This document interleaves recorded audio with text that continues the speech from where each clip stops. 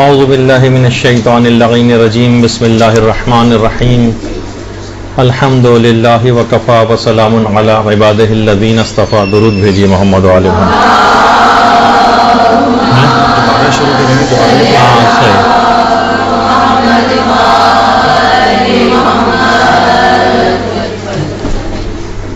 آج کل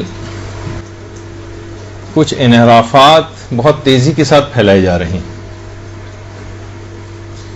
اس میں ایک انحراف جس کی ابتدا ہوئی ہے اور اس کے نتائج آگے چل کر کافی زیادہ رونما ہونے کا امکان ہے اگر اس کو شروع ہی میں اس پہ بند نہ باندھا گیا. اور اخبارات، اشتہارات، شاعری سب کے اندر ایک چیز کا بار بار تذکرہ ہو رہا ہے اور وہ ہے کہ معصومین علیہم السلام کی ولادت ہوتی ہے یا ان کا ظہور ہوتا ہے. اخبارات کے اندر اور مختلف اشتہارات میں اور مختلف اشعار میں ہر جگہ اس کا کسی بھی امام کی جو ولادت ہوتی ہے اس کو ظہور سے تعبیر کیا جا رہا ہے. جشن ظہور امام حسن اور جشن ظہور پرنور رسول خدا اور امام صادق، اور اسی طریقے سے 17 ربیع الاول کی جو ہے مناسبت سے. اس کے علاوہ ہر جگہ ہر مقام پر یہ لفظ اتنا کثرت کے ساتھ استعمال ہونے لگا ہے ائمہ کے لیے. یوم ظہور امیر المومنین 13 رجب کے حوالے سے، اور اسی طریقے سے جتنے بھی اور ائمہ ہیں. لیکن یہ صرف پاکستان کے اندر ہمیں فی الحال نظر آ رہا ہے اور بعض اوقات انڈیا میں. لیکن جو عرب دنیا ہے یا جو اور پوری دنیا اس وقت ہے وہ سب کی سب ولادت کا لفظ کو استعمال کرتی آ رہی ہے، جو کہ ہمیشہ سے شیعت کے اندر رائج تھا. عوام ہو یا خواص سینکڑوں سال سے ولادت کا جشن مناتے آ رہے تھے. لیکن باطل نے کچھ پیسے خرچ کر کے کچھ ایسی باتوں کو متنازع بنانے کی کوشش کی ہے کہ جو اس سے پہلے کبھی بھی متنازع نہیں تھی. تمام شیعہ بہت فخر سے معصومین کی ولادتوں پر جشن مناتے تھے. لیکن اچانک سے کیا ہوا؟ صرف چند سال کے اندر دیکھتے ہی دیکھتے بعض سازشی افراد جو اپنے تئیں بہت معرفت کا اونچا درجہ رکھتے ہیں، گویا 1400 سال کے بعد اب جبریل امین کوئی وحی لے کر نازل ہوئے ہیں کہ ائمہ معصومین علیہم السلام کی ولادت نہیں ہوتی بلکہ ظہور ہوتا ہے. اچھا، یہ اتنی سادہ سی بات بھی نہیں، اس کے پیچھے کچھ سازش ہے اور کچھ وجوہات ہیں جو بھی آگے چل کر ہم بیان کریں گے. یہ افراد یہ کہتے ہیں کہ ائمہ کی ولادت نہیں ہوتی بلکہ ظہور ہوتا ہے، اور معصومین جو ہیں وہ نور ہیں اور نور کی ولادت نہیں ہوتی، اور یہ اپنے اجداد کے اصلاب اور صلبوں میں بھی نہیں ہوتے، نہ اپنی ماؤں کے رحم میں ہوتے ہیں، نہ ان کے شکم میں ہوتے ہیں. اور ان کی ولادت کے متعلق یہ لوگ عقیدہ نہیں رکھتے بلکہ کہتے ہیں کہ ائمہ علیہم السلام ڈائریکٹ نازل ہوتے ہیں یا ان کا ظہور ہوتا ہے. اور اس کی دلیل کے طور پر قرآن کی بعض اوقات ایک آیت بھی پیش کی جاتی ہے کہ جس میں کہا گیا ہے کہ پیغمبر اسلام کے ساتھ پروردگار نے ایک نور کو بھی نازل کیا ہے، جس سے مراد تمام مفسرین نے اور علماء نے قرآن کو لیا ہے جو رسول کے ساتھ ہی ہدایت کے لیے نازل ہوا ہے. اور اگر ہم اس سے مراد ائمہ معصومین علیہم السلام کو بھی لے لیں تب بھی یہی کہا جائے گا کہ ائمہ وہ خود قرآن کی جیتی جاگتی تفسیر ہیں. البتہ اس قسم کی آیات جن کے اندر نور کے نازل ہونے کا تذکرہ آیا ہے ان میں کہیں بھی ان آیات کا انطباق ائمہ علیہم السلام کی پیدائش یا ظہور کے سلسلے میں اس کا کوئی رابطہ ہی نہیں. اچھا، ائمہ معصومین علیہم السلام کی بات یاد رکھ لیجئے کہ ان کے دو شخصیتوں کے دو پہلو ہیں. ایک نورانی پہلو ہے اور ایک جسمانی پہلو ہے. نورانی پہلوؤں سے ائمہ پروردگار عالم کے ساتھ منسلک ہوتے ہیں اور جسمانی لحاظ سے مخلوق سے متصل ہوتے ہیں. یعنی نوری حیثیت سے پروردگار سے ان کا ایک تعلق ہے، بشری حیثیت سے ان کا مخلوق سے ایک تعلق ہے. اور جب بشری لحاظ سے ان کو دنیا میں بھیجا گیا تو اس کے تمام تقاضائے بشری بھی ان کے ساتھ ہیں. کھانا پینا ہے، دکھ تکلیف ہے، ہنسی خوشی ہے، توالد و تناسل ہے، شہادت ہے، ان کا زندگی بسر کرنا ہے، تمام وہی بشری تقاضوں کے تحت جس طریقے سے عام انسانوں کے کچھ تقاضے ہیں اس طرح سے ان کے یہاں بھی ایسے ہی تقاضے ہیں. اور خود ائمہ کی ولادتوں کے اندر بھی یہی سلسلہ ہے. کچھ امتیازات ضرور ہیں ائمہ علیہم السلام کے، 10-12 امتیازات کہے جاتے ہیں جو ان کی ولادت کے سلسلے میں روایتوں کے اندر آئے ہیں. یعنی کچھ خصوصیات ہیں ان کے اندر جو عام اشخاص کے اندر نہیں ہوتی، لیکن بہرحال ولادت کا سلسلہ ویسے ہی ہوتا ہے کہ جیسے کہ ہے. مثلا اس میں بہت ساری چیزیں ہیں کہ ائمہ مثلا مختون پیدا ہوتے ہیں اور پاکیزہ پیدا ہوتے ہیں، اور پیدا ہوتے ہی کلمہ شہادت جو ہے ان کی زبان سے جاری ہوتا ہے، اور وہ سیدھے پیدا ہوتے ہیں، اور جسمانی اعتبار سے ان کی گروتھ جو ہے وہ بہت تیز رفتاری سے ہوتی ہے. جو بہت ساری روایتوں کے اندر 10-12 چیزیں آئی ہیں. اور وہ کہتے ہیں کہ ظاہر ہے کہ سب باتیں نور کے اندر تو نہیں ہوتی، یہ تو تمام عوارض جسمانیہ ہیں، جسم کے ساتھ لاحق ہوتے ہیں. کہا یہ جاتا ہے عام طور پر کہ شاید ان لوگوں کو گمان یہ ہے کہ شاید عام طریقے سے پیدا ہونا کوئی کمی ہے، کوئی خرابی ہے، کوئی نقص ہے ائمہ کی شان میں، کہ اگر ہم کہیں گے کہ عام طریقے سے پیدا ہوتے ہیں جیسے کوئی اور جو ہے کوئی عام شخص پیدا ہوتا ہے تو یہ گویا ان کی شان میں کمی کے مترادف ہوگا. ایسا نہیں. اچھا کیا آدم نبی نہیں تھے؟ آدم نبی تھے. اب ہم کہیں کہ آدم کی شان سے تو بہت بعید ہے کہ آدم کو سیاہ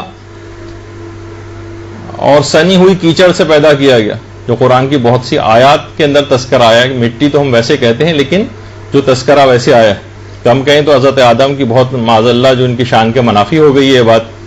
انہیں تو ان کا پتلا جو بنایا گیا تھا ابتداً مٹی سے، مٹی کے بجائے وہ کسی سونے چاندی یا مثلا جواہرات وغیرہ سے اگر بنا ہوتا تو ہم کہتے کہ ان کی شان کے خلاف نہیں. اسی طریقے سے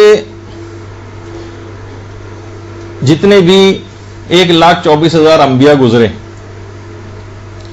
اور جتنے بھی اس میں سوائے چند زندہ انبیاء کو چھوڑ کر وہ سب کے سب دفن ہوئے ہیں اسی ایک عام مٹی میں، چاہے وہ ہمارے ائمہ ہوں یا انبیاء ہوں. اب اگر ہم یہ سوچیں کہ بھئی یہ تو ائمہ کی شان سے بہت بعید ہے، یہ تو ائمہ کی شان کے بہت ہی زیادہ خلاف بات محسوس ہو رہی ہے کہ اتنے عظیم الشان کے کائنات جن کے صدقے میں وجود میں آئی ہو، وہ اتنی معمولی سی جو مٹی ہوتی ہے اس کے اندر ان کے جسم اطہر کو دفن کیا جائے. ہمارے تئیں تو شاید اگر اس لحاظ سے میں اس تناظر میں کہہ رہا ہوں کہ لوگ یہ سمجھتے ہیں کہ شاید اس کے اندر کوئی کمی اور خرابی، تو ٹھیک ہے یہ بھی ہمیں بظاہر کمی اور خرابی لگ رہی ہے. ہونا یہ چاہیے تھا کہ سونے اور چاندی اور ہیروں سے کوئی مزین کوئی قبر ایسی ان کے لیے منتخب کی جانی چاہیے تھی اپنے تئیں جو ان کی شان کو بڑھانے والی ہوتی. تو اصل بات یہ ہے کہ یہ فاسد نظریہ ہے. ان کے عام طریقے سے پیدا ہونے میں کوئی قباحت، کوئی کمی، کوئی نقص نہیں ہے، ان کی کوئی شان کے خلاف نہیں.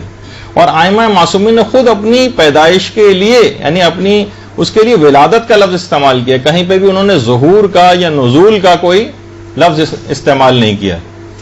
اچھا اس کی سب سے اہم اب جو دلائل شروع ہو رہے ہیں ہمارے اس سلسلے میں، تاکہ آپ یہ اس بات کو بہت ابتدان دیکھیے، بھی زیادہ عرصہ نہیں گزرا، ابھی صرف چند میرے خیال ہے شاید 2-3 سال سے یہ مسئلہ ذرا زیادہ اچھلنے لگا ہے. اور اگر اس پہ ابتدان بند نہیں باندھا گیا، لوگوں کو روکا نہیں گیا، تو ابھی میں جو چل کے اس کے خطرات آگے آپ کو بتانے والا ہوں کہ نظریات میں کیسی تبدیلی لوگوں کے واقع ہو جائے گی صرف 5-7 سال کے اندر، تو پھر اس پر بند باندھنا بہت مشکل ہو جائے گا. انحراف کو ہمیشہ شروع ہی میں روکنا ہوتا ہے.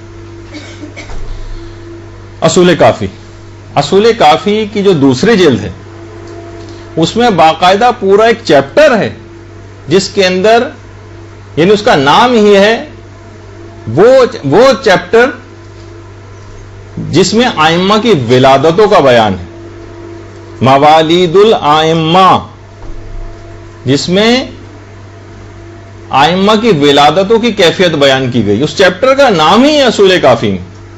وہاں پہ یہ ہونا چاہیے تھا کہ ائمہ کے نزول کا چیپٹر یا آئمہ کے ظہور کا چیپٹر نہیں، ولادتوں کا چیپٹر. یہ ایک اہم چیز ہے جو آپ ان کو اس لحاظ سے بتا سکتی ہیں.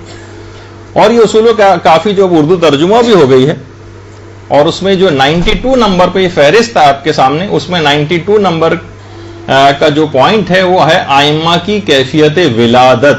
ولادت، ظہور نہیں، نزول نہیں. اچھا، اسی طرح سے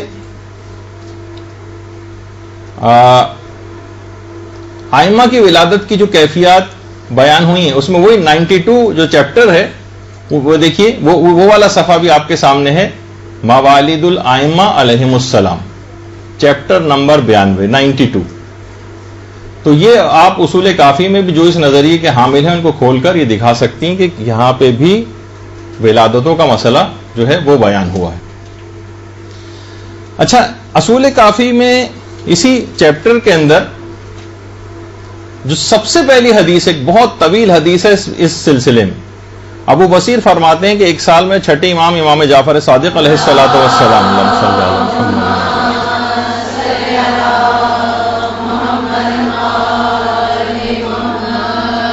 ان کے ساتھ میں حج پر گیا. رستے میں مقام ابوا، ایک مقام ہے، وہاں پر ہمارے ساتویں امام موسیٰ کاظم علیہ الصلوۃ والسلام کی ولادت ہوئی.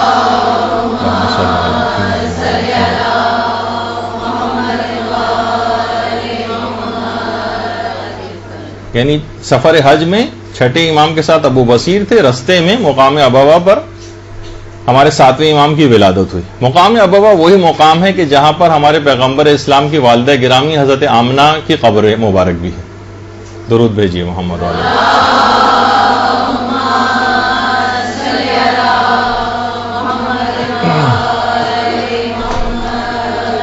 اچھی طویل حدیث ہے بہت. اس پوری حدیث میں ابو بصیر اور امام صادق علیہ الصلوۃ والسلام دونوں نے بار بار ولادت کا لفظ استعمال کیا، بار بار. اور کہ جب امام صادق وہاں سے پلٹ کر واپس آئے اپنے اصحاب کے پاس تو سارے لوگ مبارکباد دینے کے لیے آئے. تو پھر امام نے فرمایا کہ جب یہ مولود پیدا ہوا ہے، دیکھیے اب جملے ہیں، جب یہ مولود پیدا ہوا ہے تو اس نے اپنے ہاتھوں کو زمین پر رکھا اور آسمان کی طرف رخ کیا. اور پھر امام نے فرمایا کہ یہ رسول اور ان کے تمام جانشینوں کی عادت ہوتی ہے کہ وہ اس طرح سے کرتے ہیں. پھر امام نے پوری تفصیل اس کی آئی کہ اماموں کی ولادت کیسے ہوتی ہے اور پیدائش کیسے شروع ہوتی ہے. امام نے فرمایا اذا سکنت النطفۃ فی الرحم، یعنی باقاعدہ جملہ یہ اصول کافی کی دوسری جلد میں، جب آئمہ کا نطفہ رحم مادر میں قرار پا جاتا ہے،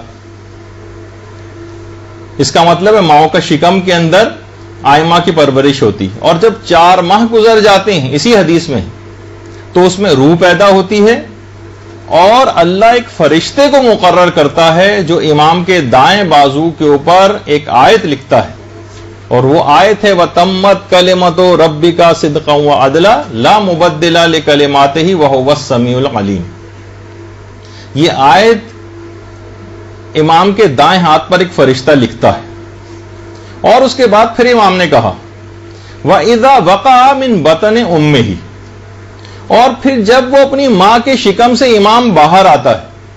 دیکھیے تمام کیفیات، یہ تم سارے دلائل ہیں جو آپ کو رٹ رہے ہیں، اور یہ آج کل بہت زیادہ یوں پھیلایا جا رہا ہے کہ باقاعدہ ایک طالبہ نے تو فون کر کے جو مجالس پڑھتی ہیں بہت زیادہ ایک لحاظ سے تاکیداً یہ بات کہی کہ آپ اس موضوع کو ضرور اٹھائیں. ان کے ساتھ کچھ بہت بیڈ ایکسپیرینسز ہوئے، عورتیں بہت زیادہ انہوں نے کہا کہ غلط آپ عقائد پھیلا رہی ہیں، ان کا ظہور ہوتا ہے اور آپ یہ کیا کر رہی ہیں وغیرہ وغیرہ. ان کے ساتھ بہت مشکلات ہوئیں. تو عورتیں بھی اس میدان میں کود پڑی ہیں، تو آپ کو سمجھانے کے لیے بہت سی باتیں یاد کرنا پڑیں گی. امام فرماتے ہیں وَإِذَا وَقَعَ مِن بَطْنِ أُمِّهِ، جب وہ اپنی ماں کے شکم سے باہر آتا ہے وَاضِعًا يَدَيْهِ عَلَى الْأَرْضِ رَافِعًا رَأْسَهُ إِلَى السَّمَاءِ، تو وہ اپنے ہاتھوں کو زمین پر رکھتا ہے اور اپنے سر کو آسمان کی طرف بلند کرتا ہے، اور پھر کلمہ شہادت جاری کرتا ہے، اور بہت ساری چیزیں اس کی تفصیل ہے بہت تفصیلی روایت کے اندر. یہ بھی اصول کافی کی دوسری جلد کی جو روایت ہے، یہ واضح طور پر یہ چیز بتا رہی ہے کہ ائمہ کی اس لحاظ سے ولادت ہوتی. پھر اس کے بعد اگلی حدیث جو ہے وہ بھی اصول کافی میں ہے، اور وہ یہ ہے کہ حسن ابن راشد جو کہ راوی ہیں وہ فرماتے ہیں کہ میں نے امام جعفر صادق علیہ الصلوۃ والسلام سے سنا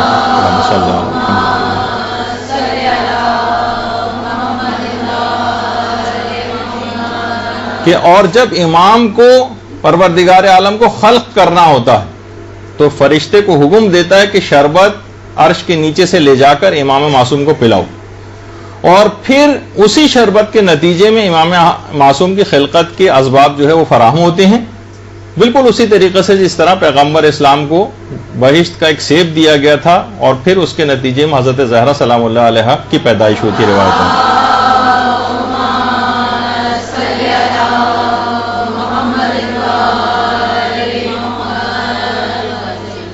اچھا، پھر امام نے آگے چل کر فرمایا کہ فَيَمْكُثُ 40 يَوْمًا وَلَيْلَةً فِي بَطْنِ أُمِّهِ، اور اس کے بعد پھر امام 40 شب و روز تک اپنی ماں کے شکم میں ہوتا ہے، اور پھر مزید تفصیل بیان کی جو کہ بہت تفصیلی روایت کے اندر۔ میں تو ان تمام مقامات کو صرف ٹچ کر رہا ہوں کہ نہ وہ ماؤں کے شکم میں پیدا ہوتے ہیں یہ لوگ کہتے ہیں، نہ وہ رحم مادر میں ہوتے ہیں، نہ اپنے باپ کی صلبوں میں ہوتے ہیں، بلکہ ڈائریکٹ آسمان سے ظہور کرتے ہیں، جو نظریہ پھیلایا جا رہا ہے جس کے بہت مفاسد ہیں جو بھی آگے چل کر آئیں گے۔ امام کے اپنے الفاظ کیا ہیں کہ 40 شب و روز تک فی بطن امہ، امام اپنی ماں کے پیٹ میں ہوتا ہے۔ اچھا، پھر اس کے بعد اور امام یہ کہہ رہے ہیں، اور دیکھیے کہ آج کا جو جاہل مومن ہے جسے سازشی طور پر وہ تمام باتیں کہلوائی جا رہی ہیں، اور شاذ و نادر یا کوئی ایسا اخبار کا اشتہار ہو کہ جس کے اندر اس ظہور کے لفظ کے علاوہ کوئی اور ولادت کا لفظ استعمال کیا جاتا ہو۔ اس کے بعد ایک اور روایت ہے جو زرارہ ابن آیون سے، ان زرارہ ان ابی جعفر، یعنی زرارہ ابن آیون کہتے ہیں کہ میں نے پانچویں امام محمد باقر علیہ الصلوۃ والسلام سے سنا، اللہم صلی علی محمد وعلی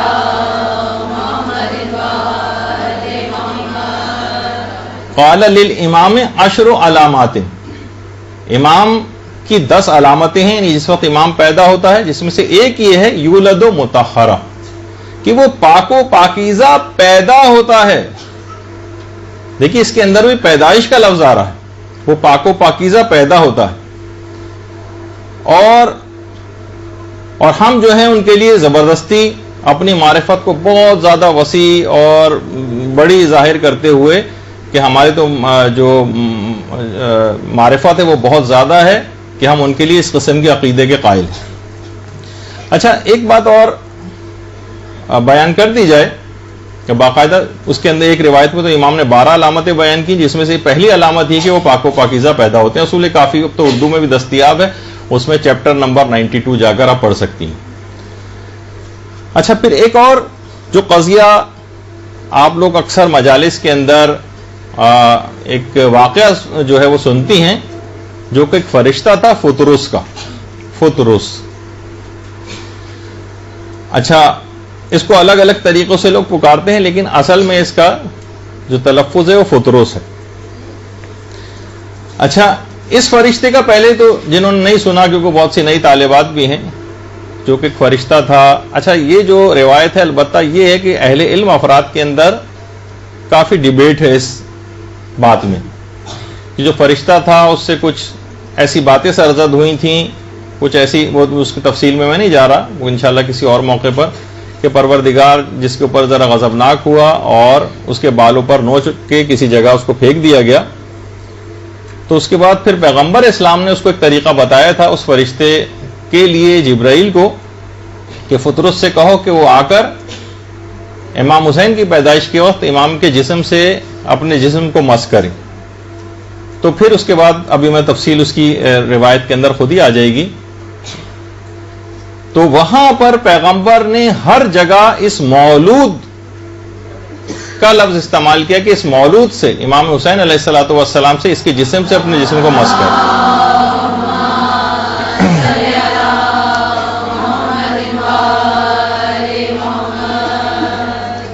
الدمعۃ الثاقبہ کی جو دوسری جلد ہے، تو اس کا اردو ترجمہ بھی ہو گیا ہے، اس کے اندر باقاعدہ پیغمبر نے مسکرا کر فرمایا، روایت کے اندر ہے کہ فطرس کو، اے فطرس میرے قریب آؤ. فطرس قریب ہوا تو پھر پیغمبر نے فرمایا کہ امام حسین کا کرتا فطرس کے جسم سے مس، اچھا کہ امام حسین کا کرتا فطرس کے جسم سے مس ہوا، اور عرض کی بار الہ تجھے اس مولود کا واسطہ اس کو معاف کر دے. بہرحال فطرس کو معافی مل گئی، اور جب وہ واپس اپنی جگہ جانے کے لیے محو پرواز تھا تو تمام ملائکہ سے آگے بڑھ کر کہہ رہا تھا کہ مجھ جیسا بھی کوئی ہو سکتا ہے کہ میں امام حسین کا آزاد کردہ ہوں. اللہم صلی علی محمد.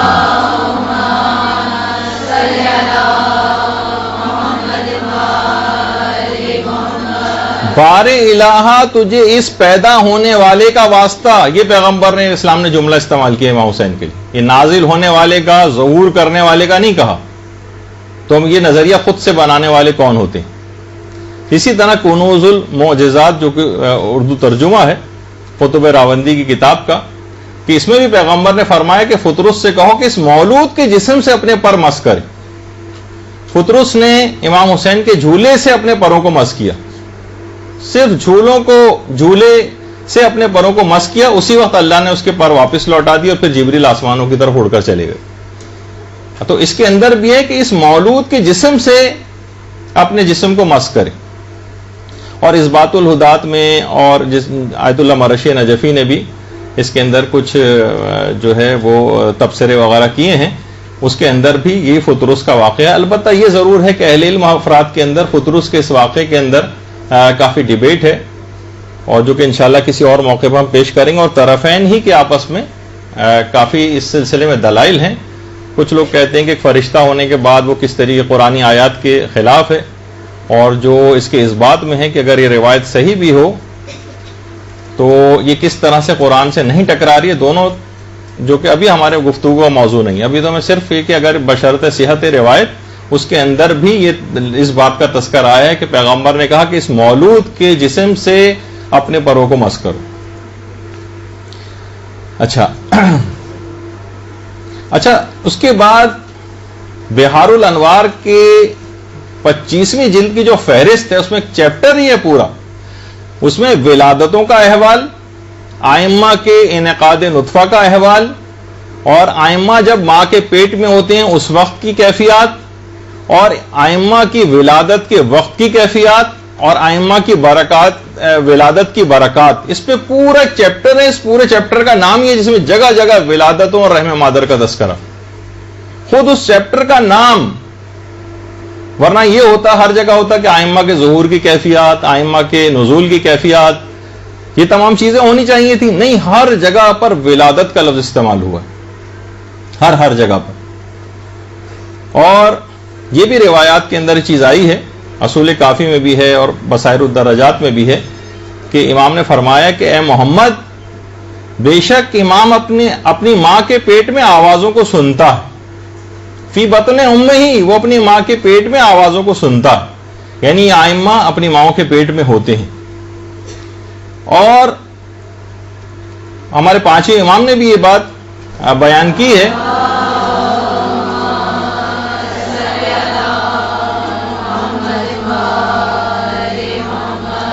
کہ اپنے امام کے متعلق بات نہ کرو، لا تتکلموا فی الامام، اپنے امام کے متعلق بات نہ کرو. امام ماں کے پیٹ میں کلام کو سنتا ہے، جبکہ وہ اس وقت شکم مادر میں بطور فیٹس یعنی جنین جس کو کہا جاتا ہے اس کے طور پر ہوتا ہے.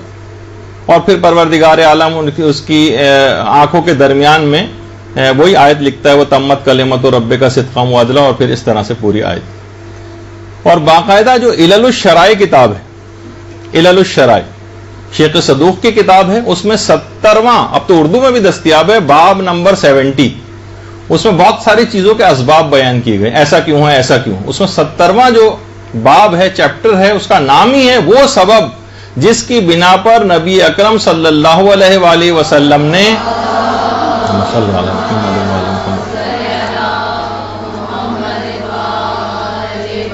ماں کے پیٹ سے پیدا ہوتے ہی کلام نہیں کیا، جبکہ حضرت عیسیٰ نے کیا.